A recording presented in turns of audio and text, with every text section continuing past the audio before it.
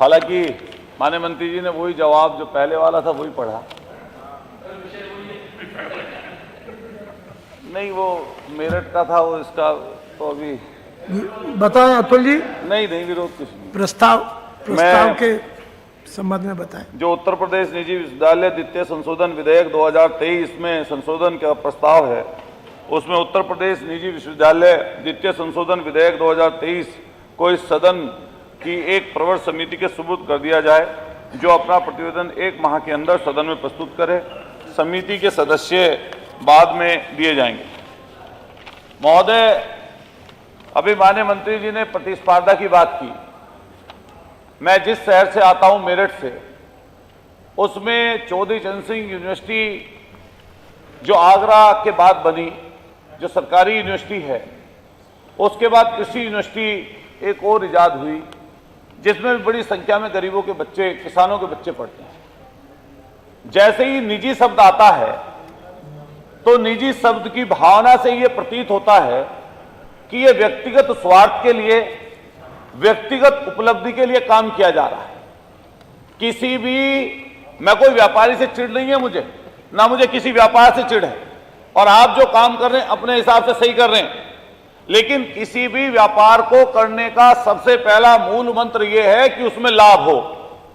और कोई भी निजी व्यक्ति जब अपने संसाधनों से कोई चीज जुटाता है या खड़ी करता है तो उसमें घाटे में नहीं रहना चाहता, लाभ में रहना चाहता।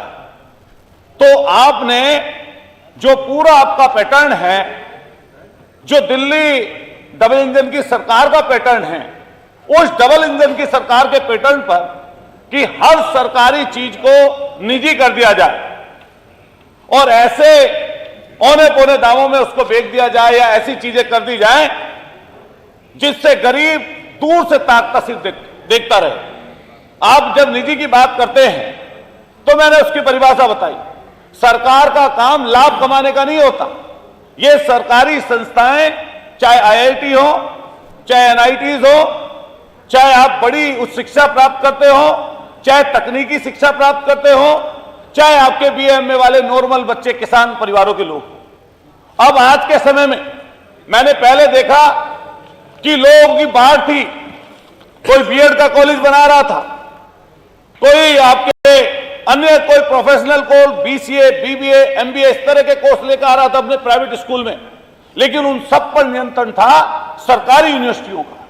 हमारे मेरठ यूनिवर्सिटी के अंतर्गत, अभी सहारनपुर का इन्होंने जिक्र किया कि वहां पर सरकारी यूनिवर्सिटी बन रही है, लेकिन पहले हमारे मेरठ, अकेले मेरठ के अंतर्गत आपके हापुड़, नोएडा, बुलंदशहर, बागपत, मेरठ, शामली, सहारनपुर, इसमें जितने भी कॉलेज थे, चाहे वो सरकारी थे चाहे वो निजी कॉलेज थे, सब यूनिवर्सिटी के अंदर आते थे। और उस समय पर जब आप 1 सदस्य, 2 सदस्य, 3 सदस्य यहां सदन के, विधानसभा के सदस्य को या विधान परिषद के सदस्य को आप अपने सरकारी संस्थान में नामित करते हैं, तो उसलिए नामित किया जाता है महोदय कि वो उस पर नियंत्रण करे और ये देखे कि जो वहां पर रहने वाले बच्चे उसमें पढ़ाई कर रहे हैं, शिक्षा ले रहे, क्या वो शिक्षा की गुणवत्ता ठीक है या नहीं है। अभी जब निजी विश्वविद्यालय की बात चल रही है, मैं दावे के साथ ये बात कह सकता हूं, जितने भी जनप्रतिनिधि यहां पर हैं, उपस्थित हैं, किसी भी प्राइवेट कॉलेज में, मैं खुद मेरठ की जिक्र करूंगा, मेरठ का नहीं, पूरे यूपी का नहीं, बल्कि उत्तर भारत का सुभारती मेडिकल कॉलेज, मानवा मेडिकल कॉलेज है। अगर यहां पे माने, बुरा नहीं मानेंगे, माने मंत्रीवर बैठे हैं, माने सदन के सदस्य बैठे हैं, अगर आपका कोई बच्चा वहां पर या एमबीबीएस कर रहा हो या किसी तरह की डिग्री ले रहा हो और आपके साथ किसी तरह की वहां पर जाति हो जाए आपके बच्चे के साथ, तो आपकी कोई सिफारिश वहां पर माने जाने वाली नहीं है। और वहां पर हो क्या रहा है, मैं तो एक आईएमटी का जिक्र करूंगा, नाम लेके कह रहा हूं महोदय। माननीय सदस्य, मैं उसी आपसे अनुरोध है, अगर इसमें कोई आपका सुझाव है, कोई संशोधन है, तो दे रहा हूं माने सुन तो लीजिए। सुनने के बाद है मेरे, अरे तो सब लोग सुन रहे, कोई गलत बात होगी तो रोक दिए, असंसदीय कोई बात हो हमारी निकाल दीजिएगा। हमारे मेरठ में कोई संशोधन हो तो बताइए। संशोधन है इसमें, जी बताइए, इसीलिए तो अपना प्रस्ताव कर रहे था। जी बताइए। हमारे मेरठ में आईआईएमटी कॉलेज था पहले, उस कॉलेज का ना, उसको यूनिवर्सिटी कर दिया गया था, उसे निजी विश्वविद्यालय बना दिया गया। उसी संस्थान में मयंक द्विवेदी, कानपुर का हमारा बच्चा था, छात्र था, और मयंक द्विवेदी वो बच्चा जिसको सिर्फ और सिर्फ अटेंडेंस के नाम पर उससे कहा गया, रोटरी क्लब चलाता है उसका मालिक, और रोटरी क्लब चलाकर उससे कहा गया कि यार अटेंडेंस पूरी करनी है या तो इतने पैसे दे दो, नहीं तो उसमें ब्लड जाकर डोनेट कर दो। और उस बच्चे के साथ जाति की गई। जब मेरठ के सारे जनप्रतिनिधि वहां पर पहुंचे तो उसके बाद में उस बच्चे ने, जो कम उम्र का बच्चा था, आज तक 10 साल से वो लड़ाई लड़ रहा है उसका पिता, उस बच्चे ने फांसी खाकर आत्महत्या कर ली।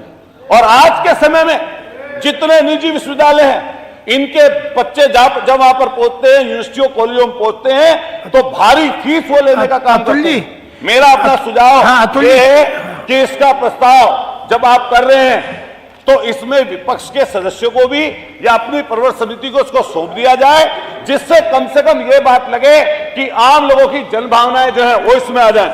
मैं 2 बात और कह के अपनी बात खत्म करूंगा। अभी निजी विश्वविद्यालयों की बाढ़ आ रही है महोदय, और आप इससे इत्तेफाक रखेंगे, अगर डिग्री लेनी है आपको, माननीय संसदीय कार्य मंत्री जी बैठे, मैं दावे के साथ कह सकता हूं, जहां कंप्यूटर का जमाना है, तकनीक का जमाना है, अगर आपको डिग्री लेनी है फेक या फर्जी डिग्री, अगर आप कहेंगे तो रिपोर्ट सौंप दूंगा कि जांच करवा, LLB की डिग्री इतने रुपए में, बीटेक की फर्जी डिग्री इतने रुपए में, एमफिल करनी है इतने रुपए में। अगर कोई डिग्री लेनी है तो कई ऐसे विश्वविद्यालय हैं जिनको आपने यहां से रिजेक्ट करके भेजा है कि ये लोग गलत काम कर रहे हैं। इससे इस चीज की बाढ़ आएगी। मैं आपसे कहना चाहता हूं कि आरक्षण ये संविधान द्वारा प्रदत्त अधिकार है हम लोगों को कि आरक्षण की व्यवस्था हो। जैसे ही आप सरकारी संस्थाओं को निजी की तरफ लेकर जाते हैं तो आरक्षण की व्यवस्था उसी दिन समाप्त हो जाती है।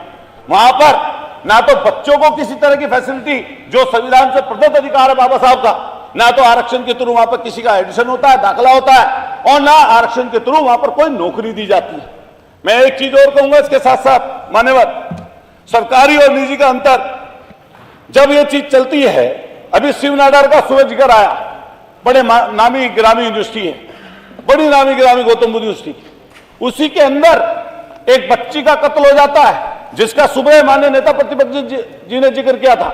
आज तक पता कर लीजिए, इसी तरह की घटना आपके मुरादाबाद में हुई थी।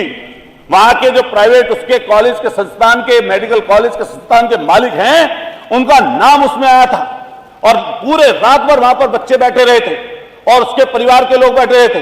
वो सीबीआई को जांच चलेगी, आज का निर्णय नहीं हो पाया। इतने प्रभावशाली ये लोग जाते हैं, लेकिन किसी यूनिवर्सिटी का वाइस चांसलर, किसी यूनिवर्सिटी का फाइनेंस कंट्रोलर, किसी यूनिवर्सिटी का रजिस्ट्रार, कोई भी ऐसा संस्थान जिस पर आप माननीय मंत्री जी उपस्थित हैं, आप अगर यहां से कोई दिशा निर्देश देते हैं तो उनको वो मानना पड़ता है, वो उनको मानना पड़ता है। इसलिए जब निजी की हम बात करें तो ये सोच समझ कर करें कि जिनके हाथों में आप ये सौंप रहे हैं बागडोर, जिनको आप देना चाहते हैं ताकत, जहां शिक्षा का बाजारीकरण हो रहा है, देखिए शिक्षा के बाजारीकरण से सबसे ज्यादा नुकसान गरीब का होगा, किसान का होगा। ये संस्थान हम लोगों को इसलिए यहाँ पर ताकत दी गई है, इसलिए यहाँ पर बैठने का मौका दिया गया है कि हम उनके हित में फैसला करेंगे। और मैं, आपकी बात आ गई है। अरे सुन लो भाई, तुम भी इससे संबंधित हो, क्यों परेशान हो रहे हो? कहना है तो सब देख दो, अब इसका कोई मतलब थोड़ी ना है जी। अभी फीस की बात चल रही थी कि हम प्रतिस्पर्धा करते हैं। आप सरकारी फीस को और निजी विश्वविद्यालय से अगर तुलना करेंगे मान्यवर, तो आपको धरती आसमान का अंतर नजर आएगा। जो हमारे बच्चे बीबीए कर रहे हैं, हमारी यूनिवर्सिटी में नया कोर्स आया, यूनिवर्सिटी में आपने A+ की बात की, हमारा चौधरी चरण सिंह यूनिवर्सिटी A+ हुआ है, ग्रेड बढ़ा उसका। वहां पर आपके जो ग्रेजुएशन के कोर्स थे वो नए आए हैं, वहां पर बच्चे पढ़ रहे हैं। कितनी फीस है? 2000-2500। माननीय अतुल जी, आप IIT में जाते हैं, कितनी फीस सरकारी में? आप माननीय अतुल जी जाते हैं, कितनी फीस सरकारी है? अतुल जी, तो मेरा अपना ये मानना है कि इस प्रस्ताव हम रखते हैं इस चीज को मान्यवर आपके माध्यम से कि प्रवर समिति को सौंप दिया जाए, और ये बात हम सब लोगों को संज्ञान में रखनी चाहिए कि भविष्य में जहां प्रतिस्पर्धा चिकित्सा के क्षेत्र में करना चाहते हैं, वहीं आप इसकी भी, शिक्षा की भी जहां बात कर रहे हैं, जब आप यहां से निकल के जाते हैं, हमारा वास्ता समाज के सबसे गरीब, शोषित, वंचित, पीड़ित और कमजोर लोगों से पड़ता है। उनकी बात को ध्यान में रखकर अभी मेरठ की जिस यूनिवर्सिटी का पहले संशोधन आपने पास किया, हमारे यही विधान परिषद, अतुल जी आपकी बात आ गई, कृपया। विधान परिषद के सदस्य हैं, उसी यूनिवर्सिटी का जिक्र यहाँ पर मैं भी, मुझे पहले प्रस्ताव में पढ़ने का मौका नहीं मिला, वरना उस वाले प्रस्ताव में पढ़ता तो ए से लेकर जेड तक सारी पोल पट्टी खोल देता जिनका विश्वविद्यालय वो यहाँ पर आ रहा है। नहीं जी, मोना तो मैं मिश्रा जी आपका आप धन्यवाद करूंगा और आपका शुक्रिया अदा करूंगा। और माननीय संसदीय कार्य मंत्री जी और हमारे वरिष्ठ लोग बैठे हैं जिन्होंने गरीबी देखी, एक एक जोड़ी कपड़े में आप लोग पड़े, हम लोग आप लोगों को देखे मेहनत करते हुए 8-8 बार के आप सब सदस्य हैं। निजी की तरफ ना धकेला जाए, सरकारी संस्थाओं को ताकत दी जाए और पर्वत समिति को सौंप दिया जाए, जिससे हम लोग इसमें अपने प्रस्ताव, अपने सुझाव आपको दे सकें। धन्यवाद। मोना जी।